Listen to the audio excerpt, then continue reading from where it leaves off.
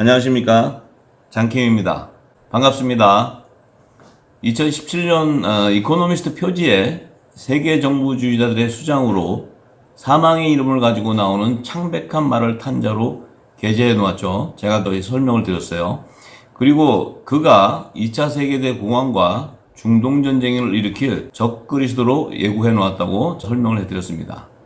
근데 2019년 이코노미스트 표지에 적그리스도가 7인 중에 넷째인을 뗄 때 사망의 이름을 가지고 나오는 창백한 말을 탄자로 요한계시록의 예언을 인용해서 그가 등장하는 시기를 예고해 놓았어요. 그래서 요한계시록 6장 7절에서 8절의 말씀에 그에 대한 실체를 증거해 놓았는데, 거기에 보면은 창백한 말 타고 나온 자의 이름이 사망으로 돼 있고, 그가 땅의 4분의 1을 건세를 얻었는데 검과 흉년과 사망과 땅의 짐승으로 죽이더라.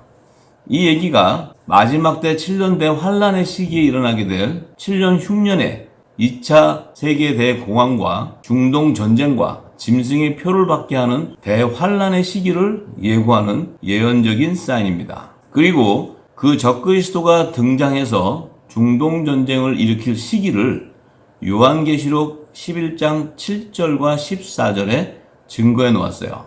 그래서 오늘은 요한계시록 11장의 말씀들을 풀어드릴 때 적그리스도와 공중 휴거되는 그 사건과 중동전쟁과 짐승의 표를 받게 하는 환란, 또 이 땅에 남게 된 여자의 남은 자손들이 광야로 탈출하게 되는 그런 그 대환란의 일들을 증거하게 될 거예요.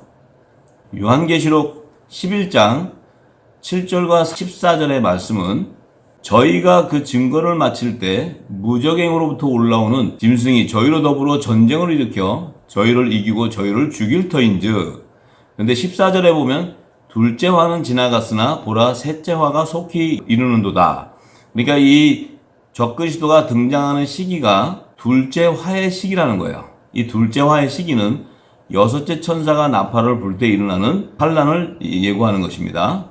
저희가 그 증거를 마칠 때 이렇게 사도 요한이 기록한 것은, 거기서 저희는 두 증인이 1260일 동안 모든 민족에 다시 예언하는 복음 사역을 마쳤을 시기를 얘기해요. 그 시기가 후 3년 반의 시기인 2026년 3월경을 증거하는 말이에요. 그러면 그 전 3년 반의 시기가 끝나고 후 3년 반이 시작되는 2026년 3월경부에 적그리스도가 등장해서 그 짐승을 상징하는 것은 적그리스도를 예표하는 거예요. 그래서 그가 등장해서 이제 전쟁, 중동 전쟁을 일으킬 것을 예고하는 사인입니다.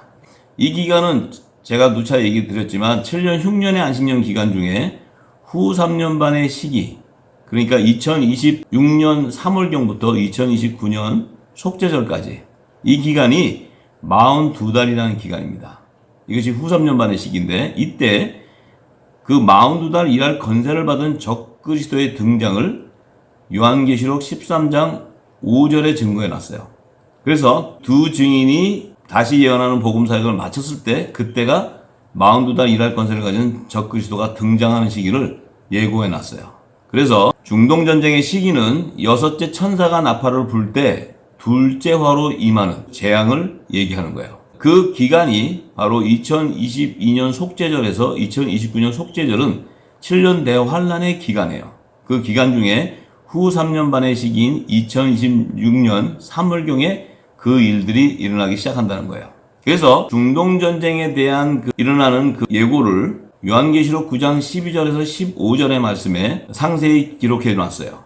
그 말씀을 요약해보면 첫째 화가 지나갔다는 거예요. 이 첫째 화는 5달 동안 황충재앙이 임하는 재앙인데, 그 재앙이 지나고 나면은 이후에 화가 임하는데, 이제 여섯째 천사가 나팔을 불 때 일어나는 화는 둘째 화의 시기를 얘기하는 겁니다. 그리고 일곱째 천사가 나팔을 불 때 일어나는 화는 셋째 화의 시기를 얘기하는 거예요. 그래서 이 중동전쟁은 여섯째 천사가 나팔을 불 때 일어나는데, 그때에 큰 강 유브라데 그러면 그 바벨론 지역, 지금 말하면 중동 지역입니다. 중동 지역에 결박한 네 천사를 놓아주는데, 그 천사들이 그 년월 일시 중동 전쟁을 예고하는 정확한 시기에 사람 3분의 1을 죽이는 중동 전쟁을 일으킬 자들이라는 거예요. 그 의미는 중동 전쟁 그 시기에 그 바벨론 중동 지역의 전쟁이 일어나게 되는데 그 전쟁의 핵심적인 지역을 요한계시록 11장 8절에 증거해 주고 있어요. 그 말씀을 보면 저희 시체가 큰 성길에 있으니 그 성은 영적으로 하면 소돔이라고도 하고 애굽이라고도 하니 곧 저희 주께서 십자가에 못 박히신 곳이다. 이렇게 사도 요한이 증거해 놨습니다. 여기서 그 큰 성길이라는 것은 예루살렘 지역인데 그 성은 영적으로 하면 소돔과 애굽이라고 그래요. 그 성은 예수님이 오셔서 하나님 나라의 복음을 전파했던 그 성스러운 유대 땅인데 그 땅이 지금은 마지막 때가 되면 영적으로 하면 소돔과 애굽이 된다는 거예요. 그러니까 소돔과 고모라 같은 타락한 도시가 된다는 거예요.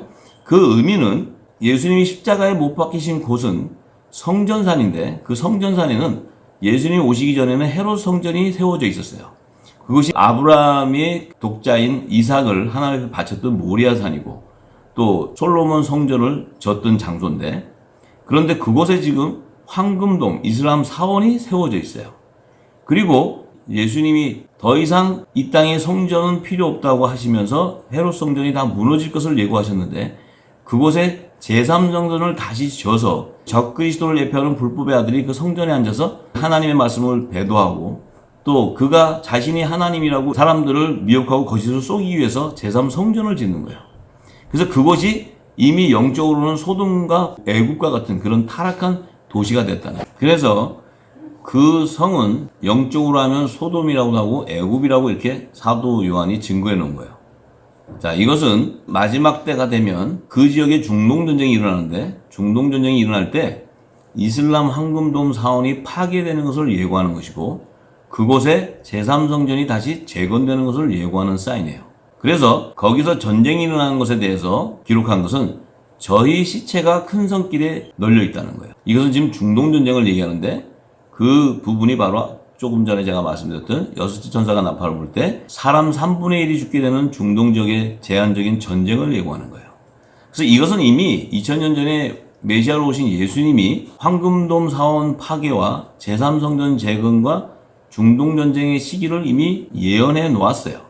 그래서 마태복음 24장 15절에서 16절의 말씀에 예수님께서 중동전쟁을 예고하실 때 선지자 다니엘의 마지막 한일에 대한 예언을 풀어주셨어요. 그래서 그 한일의 절반의 시기에 멸망에 가증한 것이 거룩한 곳에 서거든. 그럼 이 멸망에 가증한 것은 미운 물건을 얘기하는 거예요. 미운 물건. 그 미운 물건에 쓰게 되는데 선다는 것은 이제 그때가 되면 세워져 있는 황금돔이 무너지고 제3성전이 세워진다는 거예요. 그 거룩한 곳에. 그래서 소돔과 고모라 같은 유대 땅이 된다는 거예요. 그래서 그 유대에 있는 자들은 다 산으로 도망하라. 이렇게 이제 전쟁을 예고하는 중동전쟁을 예고하는 예언을 예수님께서 먼저 말씀하셨어요.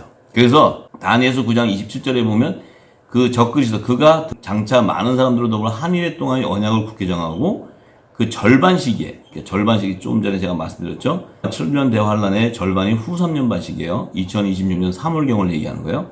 그때 제사와 예물을 금지하는 것은 이슬람 종교인들이 거기서 제사와 예물을 드리는 것을 금지하기 때문에 이것은 황금돔의 파괴를 예고하는 거예요. 그리고 잠포와 미운 물건이 날개를 의지하여 쓴다는 것은 미운 물건은 제3성전을 얘기합니다. 왜냐하면 예수님이 이 땅의 성전은 더 이상 필요 없다고 말씀하셨는데 자신이 몸이 성전이고 이제 모든 의를 이루어서 하늘나라로 가셔서 그 의를 다 이루시고 다시 이제 만왕의 왕으로 재림하실 때는 몸이 성전인 자들을 추수하는데 이 땅의 제3성전이라는 것은 예수 그리스도를 대적하는 것이고 그곳에 앉아서 자신이 하나님이라고 주장하는 그 적그리스도가 예수님이 오신 것을 대적하는데 참으로 어리석은 일이죠. 근데 그가 날개를 의지하게 된다는 그 날개는 마지막 때 3년 반 절반의 시기에 세계 단일 정부가 세워지기 때문에 이 땅은 이제 그 단일 정부가 통치함으로써 모든 전 세계가 노예화되는 그런 시기가 되는데 그의 힘을 입어서 단일 세계 정부의 통치 권력의 힘을 입어서 제3성전이 세워진다는 거예요.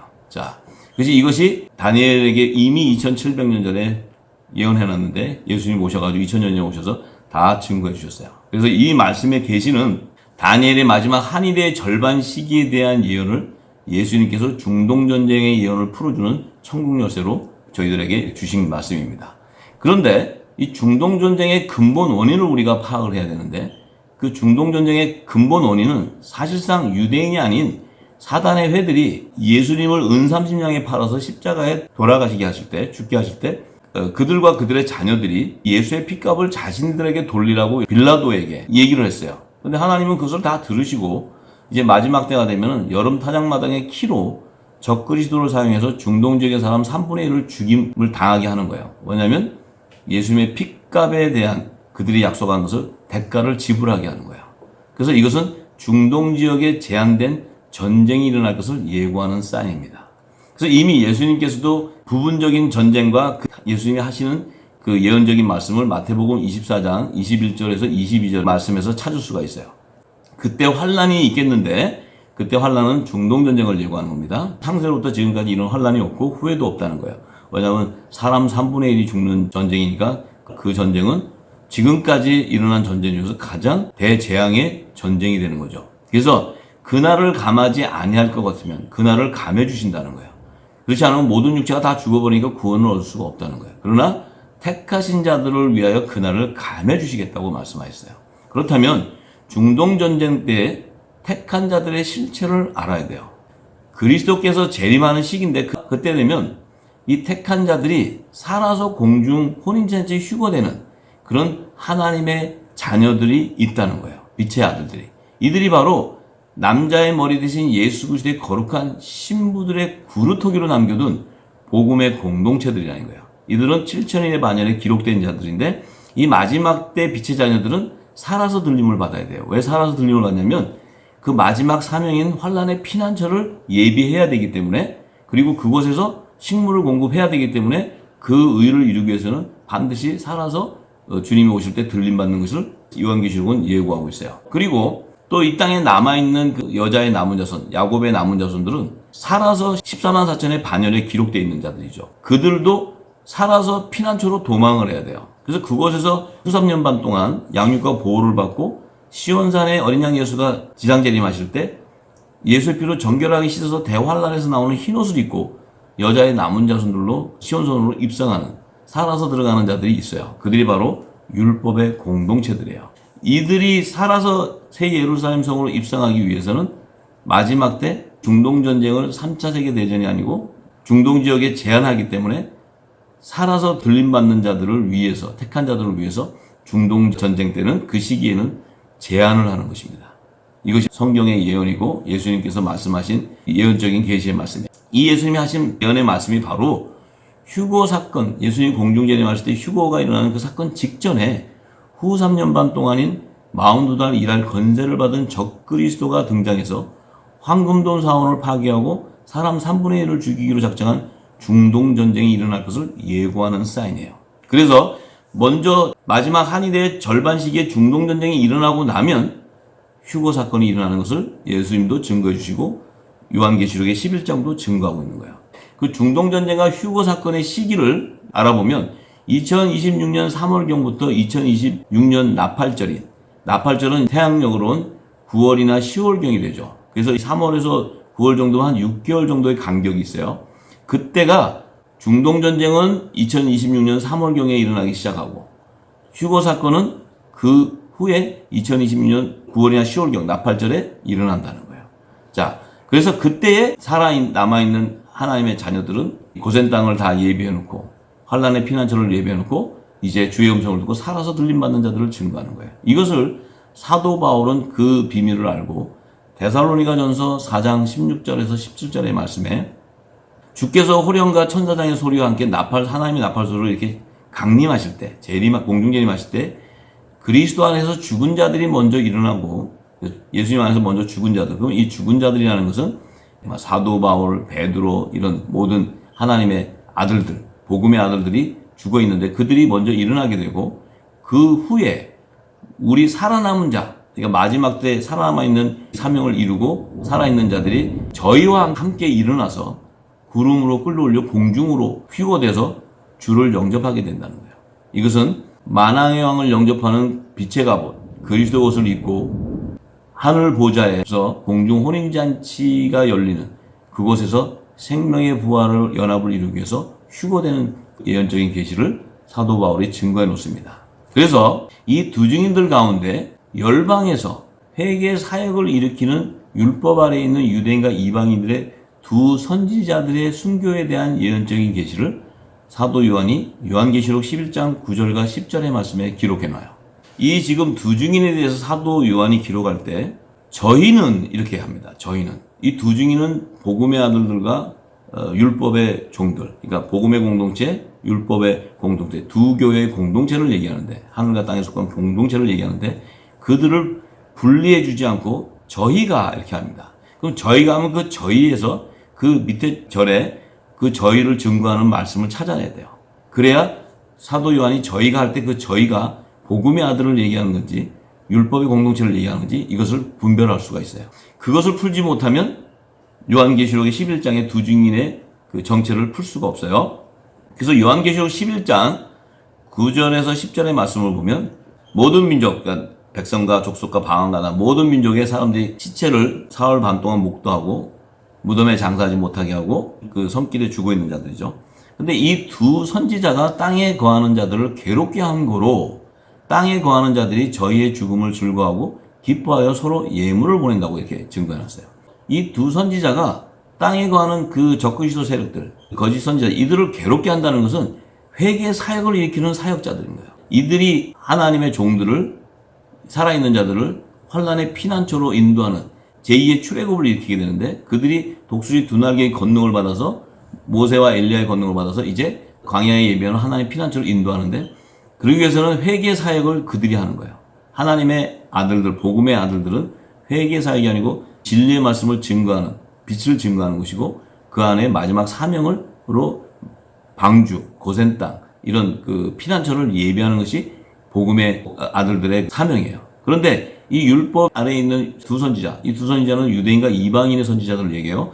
두 명의 선지자를 얘기하는 게 아니고 유대인과 이방인이 하나님이 예비한 그 많은 무리의 선지자들을 얘기하는 거예요. 왜냐하면 여기서 죽는 선지자도 나오지만 그 일곱째 나팔자에 보면은 그 선지자들이 또 살아있는 자들이 여자의 남은 자손, 야곱의 남은 자손들을 환란의 피난처로 인도하는 계시의 말씀이 계시록 12장에 다 나옵니다. 그래서 이제 그들이 이 땅에 있는 적그리스도와 거짓 선지자의 세력들을 괴롭게 한 것은 회개 사역을 하니까 그들 안에 포로되어 있는 자들을 다 지금 탈출시키는 거예요. 그러니까 이 땅에 교회는 음력교회가 되는데 그 교회에 다 포로로 묶어놓고 착취하고 있는 그것을 그들 회개를 통해서 끄집어내려 할 때 영적 전쟁이 일어나는 거예요.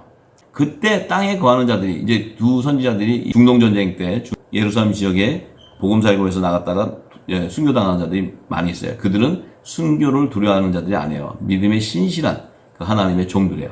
그래서 그들이 땅에 거하는 자들 중에 하나님의 백성들을 회개시켜서 나오게 할 때 그 적그리스도와 거짓 선지자 두 짐승의 그 세력들이 그들을 이제 죽이게 되고 또 그들이 죽은 것을 서로 기뻐해서 예물을 보낸다고 이렇게 증거해놨어요.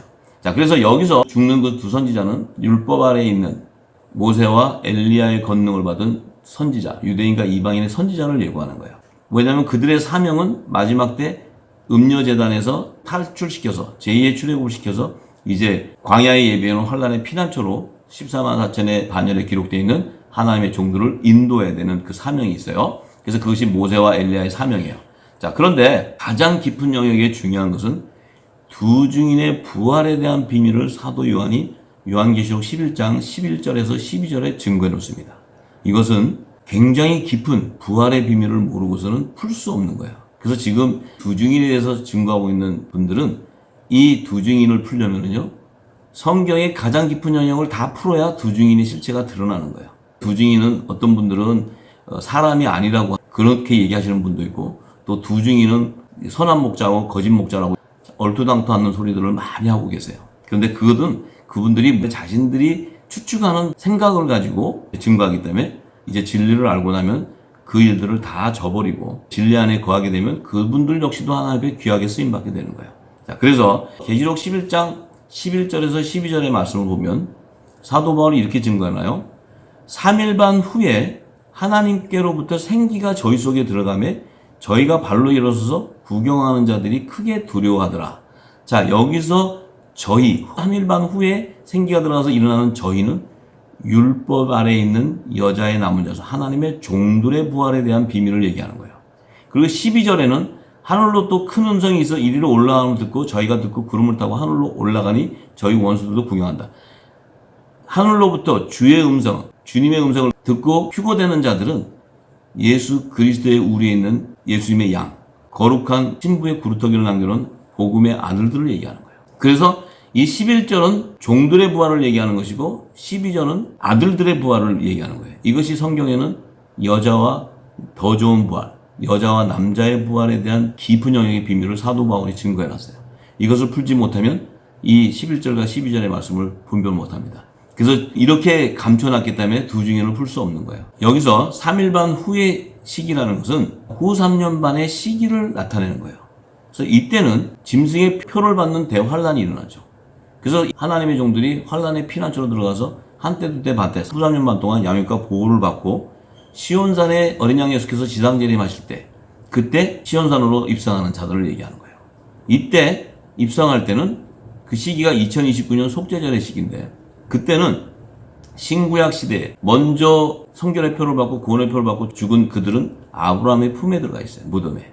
그래서 그들도 모두가 다 무덤에서 나와서 시온산으로 입성을 해야 14만 4천의 하나님의 종들이 완전히 추수되는 거예요.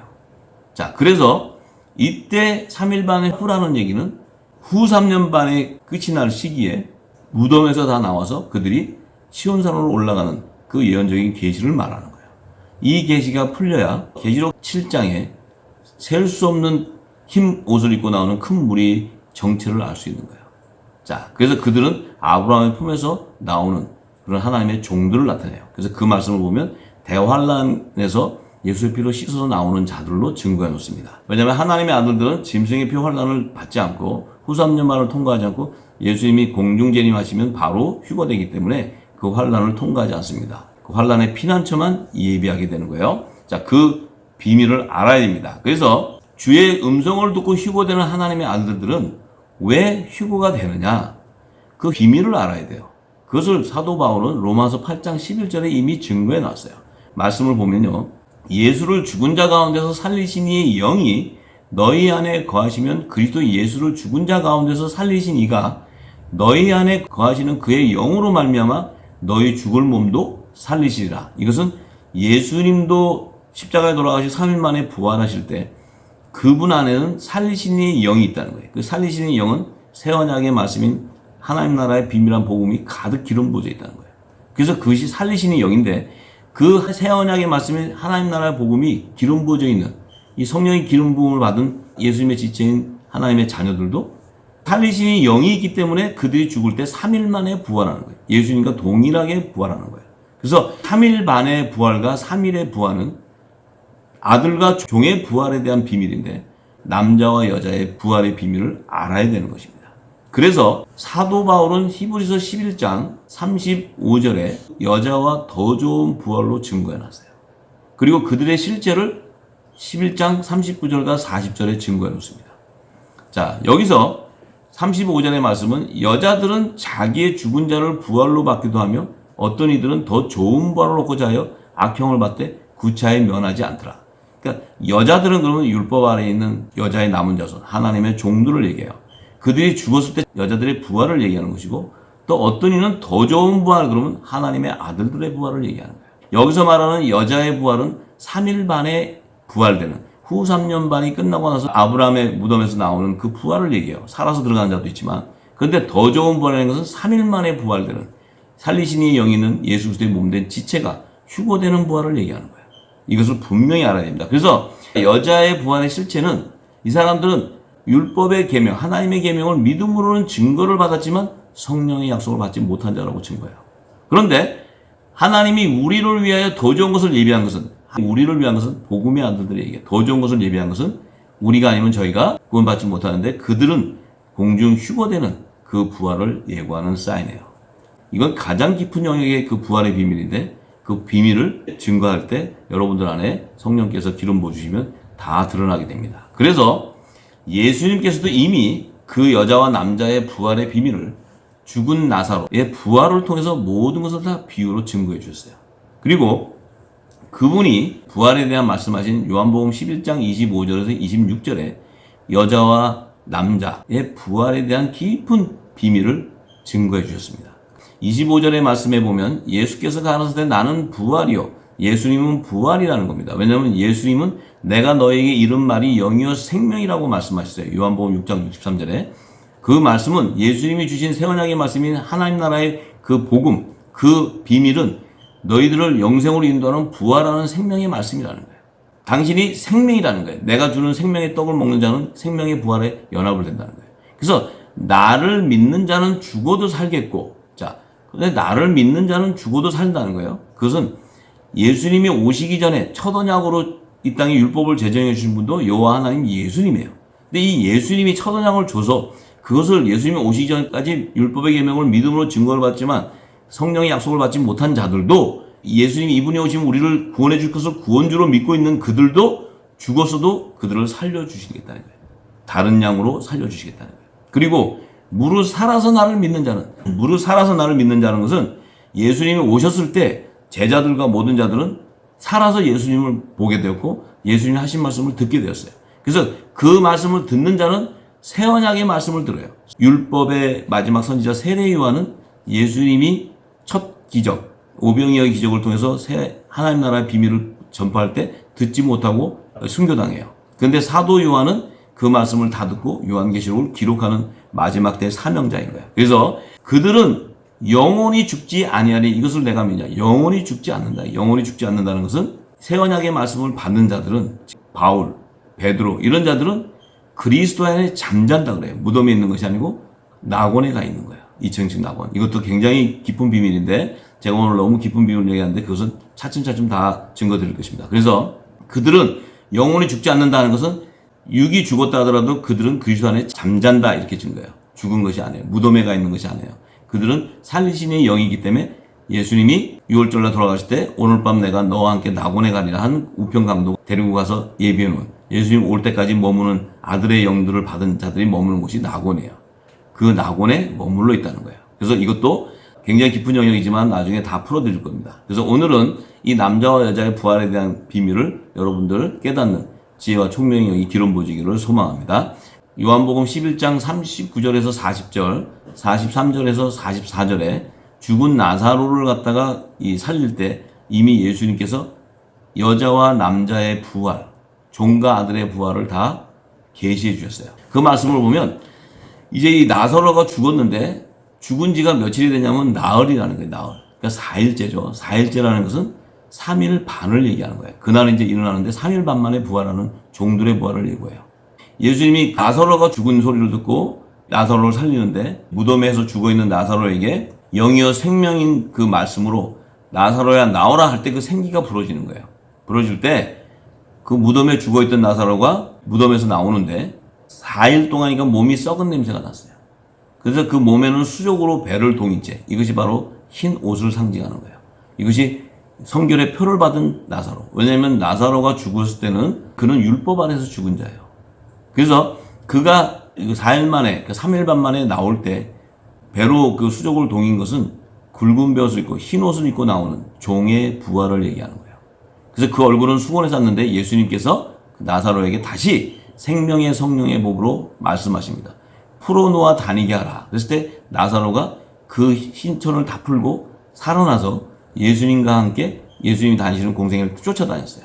그리고 마가다락방에서 그도 성령의 세례를 받고 아들의 영을 받고 하나님의 아들로서 명분을 세워지게 됐어요. 그래서 그때의 나사로는 종들이 무덤에서 흰옷을 입고 나오는 셀 수 없는 큰 무리의 실체를 드러내 주셨고 그가 나왔을 때 예수님이 생명의 성령의 법으로 그의 포로를 풀어줬을 때 그 하나님의 아들의 명분이 되는 그래서 남자의 부활로 휴거될 수 있는 자로 성령의 인치심을 받게 되는 거예요. 그랬을 때 그 나사로는 그리스도 빛의 갑옷을 입고 성령의 인치심을 받았기 때문에 예수님이 재림할 때 그도 지금은 낙원에 가 있는 거예요. 낙원에서 그가 예수님 오실 때 죽은 자가 먼저 일어날 때 그 나사로도 살아나서 공중 휴거되는 그 예언적인 계시의 말씀을 증거해 주시는 거예요. 이것은 계시록 20장 4절과 6절에 보면 첫째 부활에 대한 비밀이 나오는데 그 첫째 부활에 참여하는 자들은 어린 양의 생명책에 기록되어 있는 7천인의 하나님의 아들들과 14만 4천의 하나님의 종들의 부활을 예고하는 거예요. 휴거되고 그 속죄제 시온산에 들어가는 그 부활하는 그 두 부활은 여자와 남자의 부활에 대한 예언적인 계시의 말씀이에요. 자, 그래서 이 말씀이 풀어져야 계시록 7장이 14만 4천의 반열에 기록된 셀 수 없이 흰옷을 입고 나오는 큰 무리의 실체가 증거되는 것입니다. 이것도 제가 나중에 다 증거해 드릴 거예요. 그래서 그들의 실체는 요약해보면 후삼년반이 끝나는 2029년 속죄절에 어린 양 예수께서 시온산에 지상재림하실 때 신구약 시대에 죽어서 아브라함의 품에 있는 하나님의 종들이 그 아브라함의 무덤에서 나오는 부활의 의미를 깨달아야 그 실체를 알 수 있는 거예요. 그래서 이 3일 반과 3일에 부활하는 그 구속사의 비밀은 산영과 살려주는 영의 비밀에 연관되어 있는데, 그 산영과 살려주는 영의 실체는, 산영이라는 것은 a living soul, 그러니까 혼이 살아나는 거예요. 그래서 혼의 구속함을 받는 거예요. 이것이 바로 종들의 구속이고, 살려주는 영이라는 것은 이제 하나님의 아들들, 성령의 인치심을 받은 자들, 그들은 휴거되는, 그 신령한 몸으로 부활돼서 휴거되는 자들, 예수님과 동일한 지체이기 때문에 예수님과 동일하게 휴거돼서 동일한 몸으로 본질이 같은 영으로 이 연합을 이루게 되는 거예요. 이 비밀을 사도 바울은 고린도전서 15장 45절에 첫사람 아담은 산영이 되었다는 것 같이 마지막 아담은 살려주는 영이 되었다는 거예요. 이 첫사람 아담은 땅에서 지었기 때문에 땅에 속한 자예요. 근데 마지막 아담은 하늘에서 왔기 때문에 하늘에 속한 자입니다. 그래서 이 첫 아담이 산영이 된 것은 이 땅에서 혼의 구속함을 받는 종들의 조상이라는 거예요. 그리고 마지막 아담의 계보에서 나오는 살려주는 영을 받는 자들은 하늘에서 난 자, 이 마지막 아담 예수님이 바로 그 계보에서 나오는 그 하나님의 아들들은 살려주는 영을 받게 된다는 거예요. 이것을 증거해 놓는 거예요. 이 깊은 영역은 에덴 동산에 감추인 보화를 켤 때 모두가 다 드러나게 되는 천국 열쇠로 주어진 거예요. 그래서 이 에덴 동산을 열면 지금 여러분들은 모두가 다 거짓 영으로 이 사단이 주는 그것을 가지고 풀어서 이 신학으로 세웠기 때문에 다 무너지게 될 것입니다. 그래서 이제 모래 위에 쌓은 그 성들은 다 창수에 무너지고 그리스도의 반석으로 다 세워지게 되기를 소망합니다. 그래서 이 창수가 나기 전까지는 우리가 몰랐지만 나고 나면 그리스도의 반석으로 다 옮겨지기를 간절히 소망합니다. 그리고 나면 이제 요한계시록 11장 13절에 보면 그 휴거가 되고 난 이후에 이 땅의 남은 자손들을 증거해 놨어요. 그래서 그들이 이 휴거 사건이 끝나고 나면 피난처로 도망하는 것을 예고해 놨습니다. 그래서 그 13절의 말씀에 보면 그 시에 휴거가 되고 난 이후에 큰 지진이 나는데 대지진이 예고되죠. 그러니까 2026년 9월이나 10월경 이때는 중동 지역에 대지진이 일어납니다. 그것을 이미 성경은 예고하고 있어요. 그래서 그때에 그 남은 자들인데 그 남은 자들이 휴거되는 광경을 목격하고는 하나님께 영광을 돌렸다는 거예요. 휴거되고 나서 깨달은 것이 영광을 돌렸다는 것은 이들은 신실한 하나님의 종들이었던 거예요.